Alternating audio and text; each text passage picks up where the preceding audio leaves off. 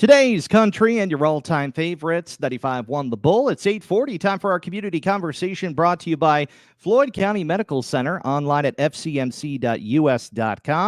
Joining me in the bullpen here on behalf of the Andrea Burgart Fundraiser, coming up here in a couple of weeks, I have the Shekleton family joining me, starting off with Eddie here, Eddie Shekleton. Thanks for joining me here this morning. Well, thanks for having us. Yeah, absolutely. So for those who are not familiar, could you kind of fill us in about Andrea Burgart and her journey so far as we're starting things out here? So in July of 2010, Andrea was 23 at the time. She had some issues where she had some facial numbness. She went in for some testing and they found out that she had a brain tumor. It was a grade 2 oligodendroglioma tumor, which is a slow growing tumor that they figured she probably had for several years prior to that. Progressing forward, she started oral chemotherapy at that time, which initially shrunk the tumor, but it continued to progress. In 2013, Andrea married her high school sweetheart, Jerry Burgart, which Jerry has been great. He has been with Andrea by her side through this whole journey. In 2015, Andrea graduated from nursing school and started working as a nurse at Covenant Hospital in Waterloo. In 2015, the tumor growth continued, so Andrea began taking some more chemotherapy. Again, the tumor shrunk initially, but it continued to slowly grow after that.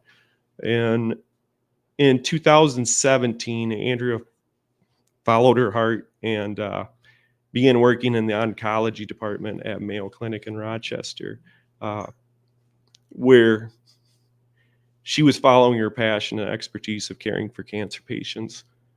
In 2018, Andrea and Jerry welcomed their first daughter. And also in 2018, another MRI revealed that the tumor had become a little more aggressive. And at that time, her doctors at Mayo and herself decided that it was time for radiation. Speaking with Eddie Shekleton joining us here on the Morning Roundup 95.1 The Bull as we continue to talk about Andrea Burgart and her journey here on the Morning Roundup. How did things go from there as we're getting into the 2020s now? How have things come along for Andrea so far?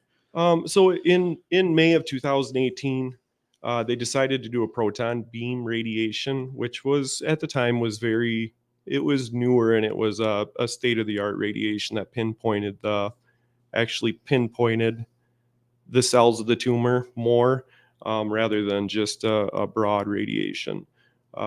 So she went through 30 treatments over the next several weeks.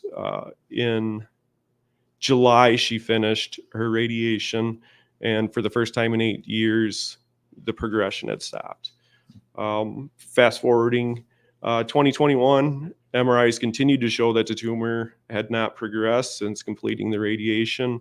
And May of 2021, Andrea began working for Cedar Valley Hospice, which, when you talk to her, she says that her life has led her to this place. Her passion was caring for people during the most difficult times of their life. In 2022, the progression continued, and at the end of 2022, the progression of the tumor became more aggressive. In March of 2023, Andrea was excited because she got accepted into a trial for some infusions in Philadelphia. The hopes were that the treatments would slow or stop the progression of the tumor. Unfortunately, the trials would come to an end after one treatment due to the increase in seizures that she was having. Mm-hmm. Since March, the progression has continued, which has ultimately affected her short-term memory and her mobility. She's very short on energy, but she keeps fighting through it. We're speaking with Eddie Shekleton and the family here on behalf of the Andrea Burgart fundraiser here on 95.1 The Bull. Eddie, how would you describe Andrea to the listeners here? So in May of 2023, Andrea was honored as one of Courier's Cedar Valley top nurses for 2023 and was the Reader's Choice winner. Last night, I was going through and reading comments that were left by family members of some of the patients that she had cared for while at Cedar Valley Hospice. And I came across the word that perfectly describes Andrea, and that word is selflessness. The definition of selflessness is concern more with the needs and wishes of others than with one's own. I have two examples that I'd like to share from the past year that truly show Andrea's selflessness. On April 8th of this year, which was the day before Easter, Andrea had several seizures, and she was taken to the emergency room where she was surrounded by family and continued to have seizures. When she came to and was more conscious, she was concerned on how she was going to get to work on Monday because she was concerned for her patients who needed her. The second story is just from this last Saturday. You have to bear with me a little bit here. We're with you, man. We're with you. So Andrea wanted to have a living memorial. You got this, Eddie. You got this, man. So over the last couple weeks, she worked very hard at planning what she wanted. Sorry, I need a moment here. Yeah, absolutely. We're speaking with Eddie Shekleton and the family here on behalf of the Andrea Burgart fundraiser on 95.1 The Bull, talking about the upcoming fundraiser here shortly, but continuing our talking about Andrea's journey here. And you had another story to share regarding, Andrea's, like you said, a very selfless person, Yep. Very outgoing, caring person here. So on Saturday, all of my family was home. And for everybody that knows our family's huge. There was like 50 people there.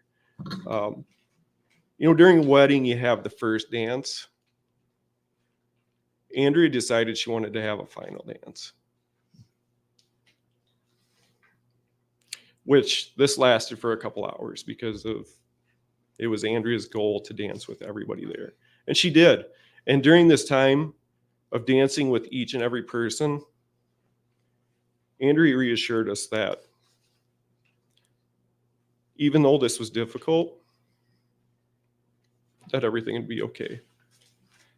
She also shared memories and advice, and Andrea's sense of humor is unbelievable. She ultimately made every single person in there laugh.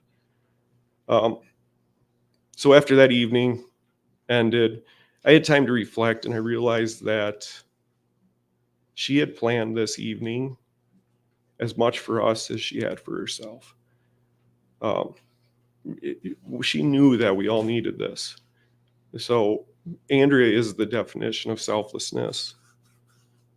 Eddie, I thank you for sharing those two wonderful stories about Andrea here with us here on the Morning Roundup 95.1 The Bull. Now, how can we support Andrea and her family and you guys here? One thing I would like to add is, I guess what I'm getting at with these stories is through her adult life, Andrea, as an oncology nurse and a hospice nurse, has been there for people in their darkest, their saddest, and their most painful times of their lives. So I just would like everyone to come out and support Andrea during this time of need in her life. And I encourage, all of us to do the same, all of us to help support Andrea and the family here, and you guys, of course, coming in and sharing these stories here. Sally, I have you here in the studio with us. How can we support Andrea and the family here? So if you cannot make it on Friday, November 3rd from 5 to 10, there are different ways that you can help. You can make a financial donation, and all that money will go to the family to help pay for medical bills and expenses. You can mail it to Security State Bank with Andrea Burgart Fundraiser, P.O. Box 549 in New Hampton, Iowa, 50659. or you can drop off at Con Tile Supply, 2176 225th Street, New Hampton. Donate items to the silent auction that will be held during the benefit. Items can be dropped off at Con Tile Supply in New Hampton or call Katie Reeser at 319-269-9291 or Sandy Bating 641-330-3363 to coordinate pickup by Friday, October 27th. For perishable or large items, please contact Katie or Sandy to make special arrangements as needed.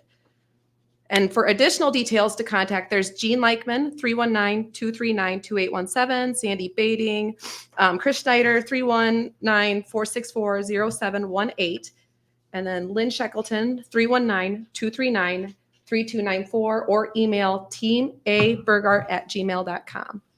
And Sally, in addition, there will be a benefit that'll be coming up here Friday, November 3rd. Is that right? Yep, Friday, November 3rd from 5 to 10 at the Wacoma Event Center in Wacoma. All right. A free will donation meal, silent live auction. There'll be some activities for the kids as well. Yep, and I'll have Abel.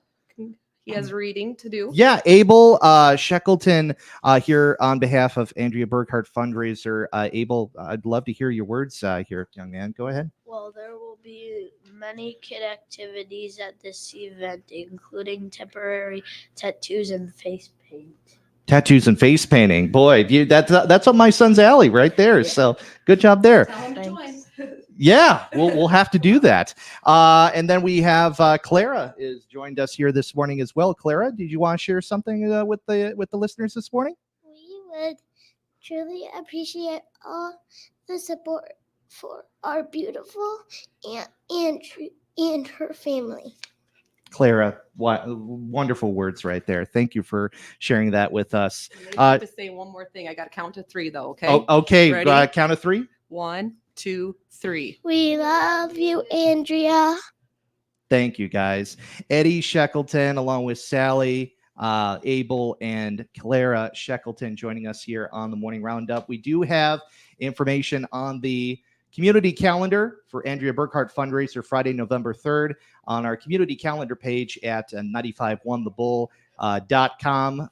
Eddie, any final words? Eddie, Sally, do you want to share with us as we close out here for this morning? I would really like to just thank the community support. Everyone has been truly supportive. Amazing. This community and all the surrounding communities, all the surrounding counties. There are so many people that are supporting her and her family. I just want to thank everyone. Okay, and we thank you guys for stopping in and sharing Andrea's journey, her story, and the fundraiser coming up here on the 3rd. Do appreciate it. Thank you, guys. Thank you so much. Thank you for having us. Shekleton family joining us here on the Morning Roundup on 95.1 The Bull, brought to you by Floyd County Medical Center, online at fcmc.us.com. Our conversation will be posted at 951thebull.com.